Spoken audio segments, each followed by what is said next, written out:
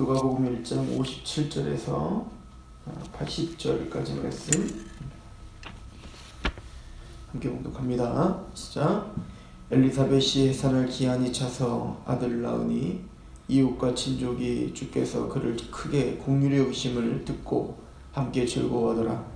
8일이 되매 아이를 할례하여 와서 그 아버지의 이름을 따라 사가랴라 하고자 하더니 그 어머니가 대답하여 이르되 아니라 요한이라 할 것이라 하매 그들이 이르되 내 친족 중에 이 이름으로 이름한 이가 없다 하고 그의 아버지께 뭉칫하여 무엇으로 이름을 지으려 하는가 물으니 그가 석판을 달라 하여 그 이름을 요한이라 쓰매 다 놀랍게 여기더라. 이에 그 입이 곧 열리고 혀가 풀리며 말을 하여 하나님을 찬송하니 그 근처에 사는 자가 다 두려워하고 이 모든 말이 온 유대 산골에 두루 퍼지매 듣는 사람이 다 이 말을 마음에 두며 이르되 이 아이가 장차 어찌 될까 하니 이는 주의 손이 그와 함께 하심이로라.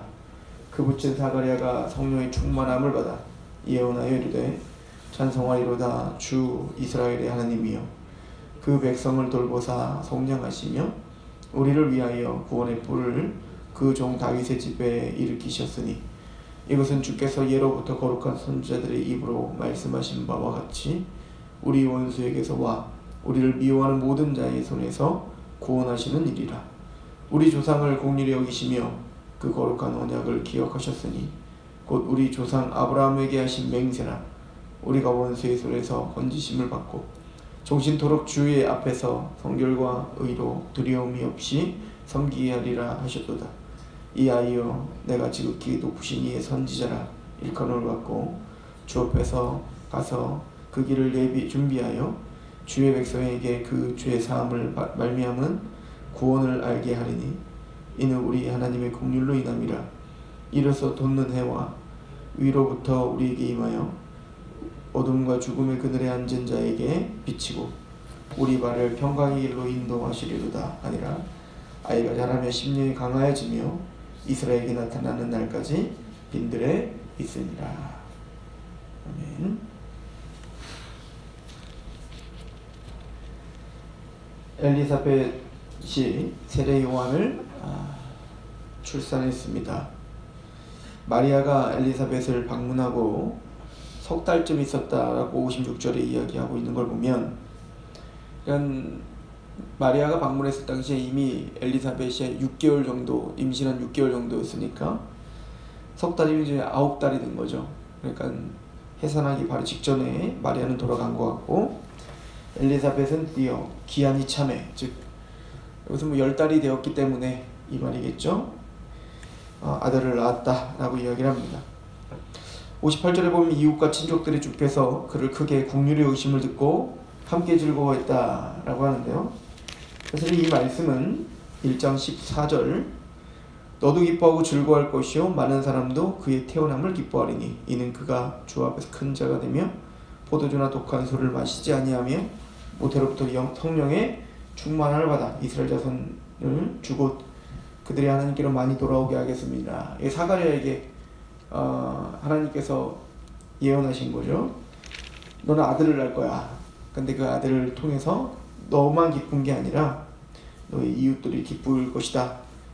그런데 사가랴가 이 엘리사벳이 사가랴를 통해서 요한을 낳자 58절에 이웃과 친족들이 주께서 그를 크게 긍휼히 여기심으로 듣고 함께 즐거워했다. 그러니까 사가랴에게 예언했던 말이 그대로 적중하고 있죠. 그대로 이루어지고 있음을 우리에게 보여주고 있어요. 누가는. 그리고 59절에 8일이 되매 아이를 할례하러 와서 그 아버지의 이름을 따라 사가랴라고 하고자 하더라. 이제 8일째 할례를 하고 그리고 이름을 짓죠. 원래는 이제 태어나자마자 이름을 져요. 그래서 그 신학자들은 이거 갖고 논란이 되는데요. 이게 이례적인 거냐 아니면 통상적인 거냐 뭐 이런 걸로다가 논란이 되는데, 사실은 큰 의미 부여를 하면 할 수 있고 안 하면 안 할 수 있는 거지만, 사실은 이걸 보면서 이제 창세기 17장에 보면 물론 아브라함이 99세 때에 할례를 받는 장면이 나오죠. 그리고 아브라함은 99세 때에 할례를 받고 아브라함에서 아브라함이라는 이름으로 바꿔주시게 됩니다. 그래서 신학자들 중에는 그 17장, 창세기 17장과 이 말씀과 연결지어서 해설을 하려고 하는 분들이 많이 계시더라고요. 즉 이 요한도 사실은 그냥 그 할례라는 의미가 육적인 어떤 태어남, 자연스러운 태어남을 넘어서서 하나님의 언약의 자손들을 강조하고 있는 게 할례인데, 그러므로 사실은 이스라엘 전체가 다 할례를 받는 거 아니에요? 8일 만에. 특별히 이제 요한의 출생을 기록하면서 8일의 할례를 받고 이름을 그때 요한이라 줬다라고 하는 것은 좀 의도적으로 요한의 이름이 단순히 육체적으로 태어난 아이 이상의 뭔가, 물론 이제 모든 이스라엘이 다 할례를 받았지만 그는 하나님께 성별되어 구별되어, 그 요한이라는 말 자체가 하나님이 용서하시다, 하나님이 은혜를 베푸시다, 하나님이 은혜를 베푸시다 이런 뜻이니까요. 즉 하나님의 은혜를 선포하고 하나님의 국률을 선포할, 오늘 이제 말씀해 보면 하나님의 지극히 크신 이제 선지자가 되는 거 아닙니까? 선지자로 구별된 이제 요한의 이름을 지으려고 하는 것이죠. 근데 이제 여기서 강조점은 이제 논쟁이 되죠.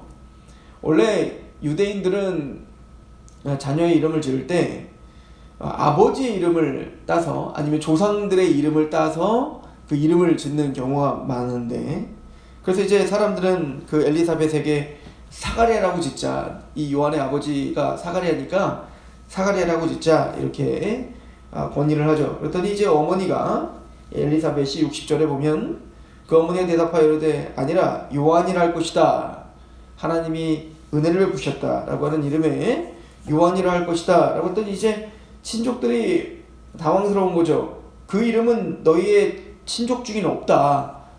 약간 이건 굉장히 독특한 일이다. 어떻게 친족들에도 없는 이름을 쓰려고 하냐. 그리고 이제 원래는 이제 이름은 누가 져주는 거냐면 이제 아버지가 져주는 거예요. 그러니까 아버지의 권위가 있으니까 사람들이 이제 62절에 그의 아버지께 몸짓하여 무엇으로 이름을 지으려 하는가 라고 물으니, 이것도 이제 논란이 됩니다. 사가랴가 말을 못하게 됐지 않습니까? 왜 말을 못했냐면 이제 믿지 못해서 하나님이 그 벌루다 이제 말을 못하게 했던 건데, 말만 못한 거냐 아니면 듣지도 못하게 된 거냐.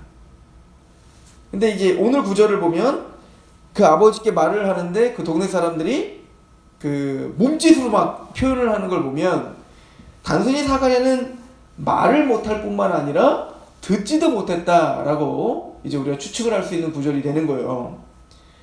자, 또 이거를 좀 지지해 줄 수 있는 거는 63절에 보면 그가 서판을 달라 하며 그 이름을 요한이라고 써요. 그러니까 이걸 보고 다 놀랍게 여기죠. 그러니까 이제 그 듣기는 했다라고 이제 우리가 이걸 볼 때에는, 아니 당신의 친족 중에는 요한이라는 이름이 없는데 자기 아내뿐만 아니라 그래 남편까지도 요한이라고 쓰니까 거기에 이제 아니 왜 이러냐 이렇게 이제 놀랐다라고 보는 것이고, 근데 만약에 듣지도 못했다라는 걸 생각한다면 또 하나 보면 이제 엘리사벳이 요한이라 할 것이다 라고 분명히 이야기를 했는데 그 옆에 사가랴가 있었던 것 같거든요. 그 사가랴가 만약 들을 수 있었다면 놀랄 일이 아니죠. 왜냐면은 아니 아내가 요한이라고 이야기를 했으니까 당연히 남편도 그 요한이라고 해 이렇게 생각할 수도 있는데, 근데 만약에 듣지 못했다라고 봤을 경우에는 이게 그냥 좀 더 자연스럽겠죠. 왜냐면은 듣지 못했는데 이 아내가 게다가 이례적인 그 이름을 아내가 이야기했는데 남편이 이 남편도 똑같이 요한이다 라고 이야기를 하니까 아마 더 놀랬을 것이다 라고 보는 것이죠. 아무튼 이거는 그 사람들이 놀랄만한 일이었고 또 이례적인 일이었다. 그러니까 이 사가랴와 엘리사벳은 철저하게 하나님의 말씀에 순종하고 있다. 이것을 우리에게 보여주고 있는 겁니다. 근데 그 요한이라고 쓰자마자 64절에 기적처럼 이에 그 입이 곧 열리고 혀가 풀리며 말을 하여 하나님을 찬송했다라고 이야기를 합니다. 그러니까 그 하나님 앞에 이제 그 믿음으로 사가랴가 요한이라고 쓰자마자 입이 이제 혀가 풀리면서 말을 시작하죠. 그 말을 시작하는데 뭐야? 하나님을 찬송하기 시작합니다. 그리고는 이 말이 온 유대 산골에 퍼지면서 66절에 보면 듣는 사람이 다 이 말을 마음에 두며 이르되 이 아이가 장차 어찌 될까 하니 이는 주의 손이 그와 함께 하심이로라 라고 말하죠. 그러니까 이 일 이후에 이 요한이 입이 이제 혀가 풀려 하나님을 찬양하고 찬송합니다. 10달 동안 이 사가랴는 말을 하지 못했습니다. 혹시 듣지 못했을 수도 있고요. 이 과정을 통해서 사가랴는 말을 하기보다 침묵을 통해서 또 곰곰이 하나님의 뜻, 하나님의 생각을 끊임없이 묵상하는 기간으로 아마 삼았을 것입니다. 그리고 이 사가랴는 이제 너에게 아들이 있을 거야 라고 말했을 때 이 사가랴가 그걸 내가 어찌 알리요 이렇게 말했지 않습니까? 그러니까 어떻게 그걸 믿을 수 있습니까? 내가 그걸 어떻게 믿어요? 라고 이야기하자마자 너는 이제 말을 못하게 될 거야. 그러니까 이거는 징계일 뿐만 아니라 우리가 이미 앞서서 설명했지만 사가랴의 믿음을 도우시는 거예요. 그러니까 네가 말을 못할 거야 라고 하나님이 말씀하시니까 그 말씀 그대로 성취되죠. 그 말을 못하는 거예요. 그리고 10달 동안 자기가 정말 하나님의 말씀 속에서 말을 못할 거니까 말을 못하는 걸 보면서 하나님의 말씀의 권위를 지금 배우고 있는 중이었죠. 그리고는 정말로 세례 요한이 태어나는 걸 통해서 사가랴는 하나님의 말씀의 그 위대함, 그러니까 하나님이 맹세하시고 그 맹세를 이루시는 걸 보면서 내가 요한이라 하나님의 말씀이 성취된 걸 통해서 이 이름을 요한이라 라고 쓴 것 자체가 이제 믿음의 고백인 거죠. 하나님이 나에게 맹세하신 일처럼 정말로 아들을 낳게 하셨습니다. 이 모든 것은 하나님의 주권 가운데 있는 겁니다.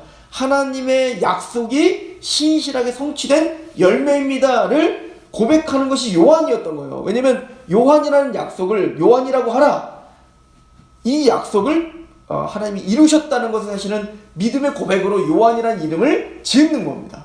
이 인위적이고 사실은 그 집안에 요한이라는 이름이 없어서 사람들이 다 놀랄 만큼 그 이름을 지으면 안 되는 거예요. 사실은 이상한 일인 거예요. 그런데도 불구하고 하나님의 말씀을 이제는 신뢰하고 믿는 이 사가랴는 요한이라 썼던 것이죠. 저는 이 사가랴가 그렇게 하나님의 말씀을 믿고 요한이라 쓰자마자 입이 열리고 혀가 풀어지며 말을 시작하되 하나님을 찬송하기 시작했던 것이 저는 우연이 아니고 하나님은 어찌 보면 이제부터 하나님이 행하실 일들에 대한 중요한 모형이라고 저는 생각을 합니다. 어찌 보면은 이 사가랴가 불신앙으로 시작했죠. 그죠? 하나님 말씀을 믿지 못했던 사가랴를 말을 하지 못하게 하고 침묵하게 하고 고난의 시기를 겪게 합니다. 그러나 그 과정을 통해서 하나님의 약속을 믿을 수 있도록 설득하시며 마침내 그의 믿음을 고백하게 하시고 그리고 그때 입을 열게 하시고 혀를 풀어지게 하시며 말을 하게 하십니다. 그리고 하나님을 찬양하게 하시고 67절부터 80절까지는 정확한 복음을 선포하고 있는 거예요. 그래서 이 67절부터 80절은 이제 다음 시간에 우리가 볼 테지만 저는 이것이 바로 하나님께서 행하실 일이다 라고 하는 걸 고백합니다. 즉 우리가 바로 사가랴처럼 믿음이 없고 하나님의 약속에 확신이 없는 자들이었죠. 이게 이스라엘이었고요. 오늘 말씀에 보면 그 79절에 어둠과 죽음의 그늘에 앉은 자에게 비치고 우리의 발을 평강의 길로 인도하실 거다. 누가? 하나님이.